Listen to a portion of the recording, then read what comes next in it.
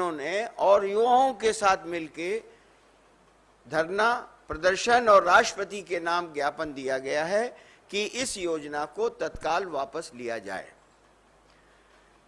अब जो देश भर में आक्रोश है, खासतौर से युवाओं में,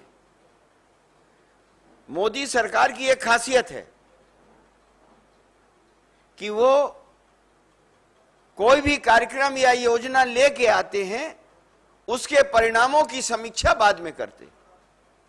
इस मामले में भी न विशेषज्ञों से राय ली गई, न सैनिक जो बड़े अधिकारी हैं उनसे राय ली गई, और न युवाओं से कभी लिया गया, न संसद में इस पर बहस हुई, क्योंकि बेसिक स्ट्रक्चर में आप चेंज कर रहे हैं।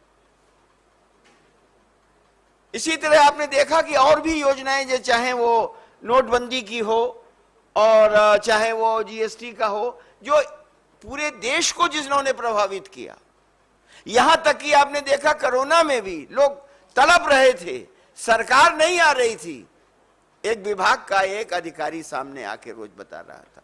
तो आज भी सरकार खुल के सामने नहीं आ रही कि इसके लाभ और हानि या ये फैसला लेना क्यों पड़ा है। और आज इसका नतीजा है कि जो हमारी सीमाएं हैं, मोदी जी के मित्र हैं चाइना के राष्ट्रपति, मोदी जी के मित्र के भाई प्रधानमंत्री हैं पाकिस्तान में, किस तरीके से वो अपने आधारभूत ढांचे को हमारी सीमाओं पर बढ़ा रहे हैं, और दूसरी तरफ हम अपनी सेनाओं का जो गौरवशाली इतिहास रहा है उसके विपरीत कार्य कर रहे हैं। और मैं उदाहरण देना चाहूंगा कि यह पहला मौका नहीं है इस देश की सेनाओं को कमजोर करने का। मोदी सरकार के द्वारा इसके पहले भी एक नहीं अनेकों इस तरीके के कदम उठाए गए हैं जिससे भारतीय सेना की शक्ति कमजोर हो। जैसे 41 ऑर्डिनेंस फैक्ट्रीज हैं और सबका निगमीकरण करके निजीकरण कर रहे हैं। सेनाओं से संबंधित जितने भी बड़े प्रतिष्ठान हैं उन सबका निजीकरण कर दिया। ऐसा लगता है कि जो काम कोई देशभक्त नहीं कर सकता, कि 41 ऑर्डिनेंस फैक्ट्रीज जो भारतीय सेना की के अनुरूप, आवश्यकता के अनुरूप गोला बारूद तैयार करते थे, उनको आप दूसरे प्राइवेट हाथों में दे रहे हैं। कोई देशभक्त ये काम कर सकता? लेकिन मोदी सरकार ने ये काम किया। चाहे डीआरडीओ को कमजोर करना हो या अर्थ मूवर्स का हो, दसियों जो सेना को सप्लीमेंट करते थे जो निजी सार्वजनिक क्षेत्र में, उन सबका निजीकरण करने का काम मोदी सरकार ने किया है।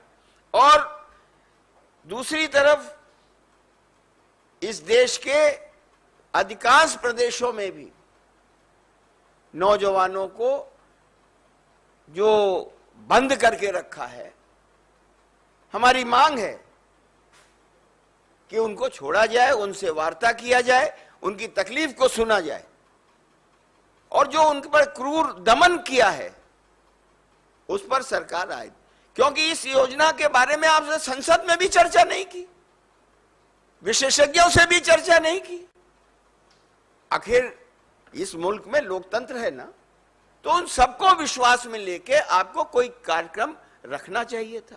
लेकिन ये जो कांग्रेस पार्टी का आंदोलन है वो सीधे सीधे है कि प्रधानमंत्री जी आप इस योजना को वापस लीजिए, और इसके साथ साथ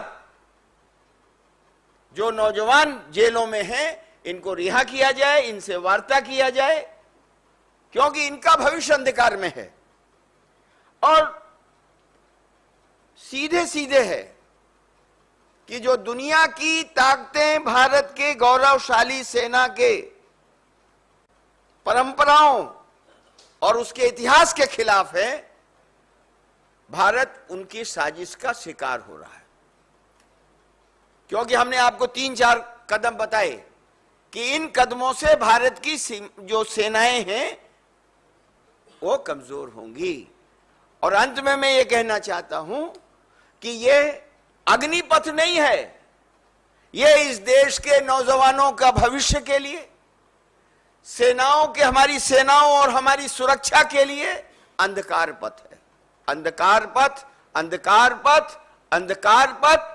इसलिए हम ये मांग करते हैं कि इसको तत्काल वापस लिया जाए और कांग्रेस पार्टी इस देश के युवाओं को, इस देश की जो सेना में जो लोग हैं, जो बलिदान दे रहे हैं, उनके साथ मजबूती के साथ खड़ी रहेगी, क्योंकि ये देश का और देश की सुरक्षा का, सीमाओं का, देश की जिसको कहते हैं इज्जत का सवाल, प्रतिष्ठा का सवाल है और नौजवानों के भविष्य का सवाल है। इस पर कांग्रेस पार्टी लगातार संसद में भी, सड़क पर भी, नौजवानों के बीच में भी इसको लड़ाई लड़ने का काम करेगी। और हम पुनः राष्ट्रपति से भी इसीलिए ज्ञापन दे रहे हैं, प्रधानमंत्री से भी आग्रह कर रहे हैं कि आप इस योजना को वापस लीजिए।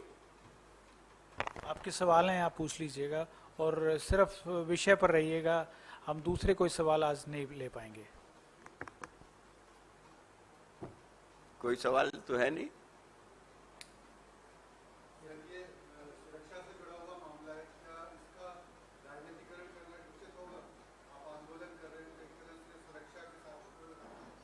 मैंने आपको उदाहरण दिया, क्या कोई देशभक्त 41 की 41 ऑर्डिनेंस फैक्ट्रियों में जो सामान बनता था वो भारत की सेनाओं के अनुरूप आवश्यकता के अनुरूप बनता था, क्या कोई देशभक्त उनको बेच सकता है? और उसी के साथ साथ एक नहीं अनेकों जो रक्षा मंत्रालय, सुरक्षा की जो हमारी फौज की आवश्यकताओं की पूर्ति करने वाले सामाजिक क्षेत्र, सार्वजनिक क्षेत्र में जो इस तरह की संस्थान थे, उनका निजीकरण कर रहे। राफेल का भी अगर आप उदाहरण लें तो यूपीए के समय में वो यहां बननी थी, लेकिन आप उसको वहां बना रहे हैं। तो लगातार अगर सेना की ताकत को कमजोर किया जाएगा तो सेना कमजोर होगी, और सेना कमजोर होगी तो ये मुल्क कमजोर होगा। ये हमारा कहना।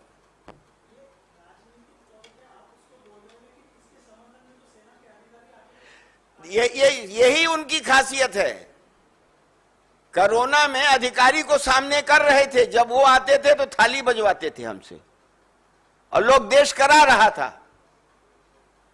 और अभी भी सरकार का फैसला है, सरकार को सामने आना चाहिए।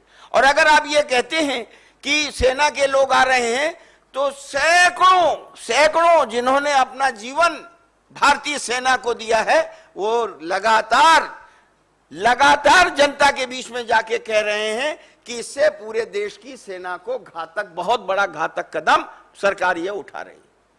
जो विशेषज्ञ भी हैं, जिन्होंने 30-30 साल इस देश की सेनाओं में काम किया है, जिन्होंने 2-2, 3-3 युद्ध लड़े हैं, वो लोग आज ये कह रहे हैं कि कृपया ये काम मत करिए, नहीं तो ये देश के लिए और देश की सीमाओं के लिए और देश की सेनाओं के लिए ये बहुत घातक कदम भविष्य के लिए होगा। और कोई सवाल? Thank you.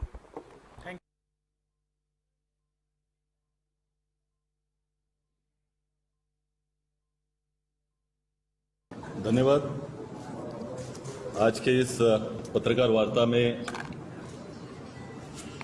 शरीक हुए हमारे उड़ीसा प्रदेश कांग्रेस कमेटी के अध्यक्ष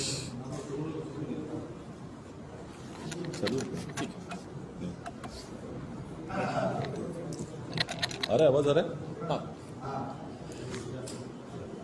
आदरणीय हमारे नेताजी शरद पटनायक जी,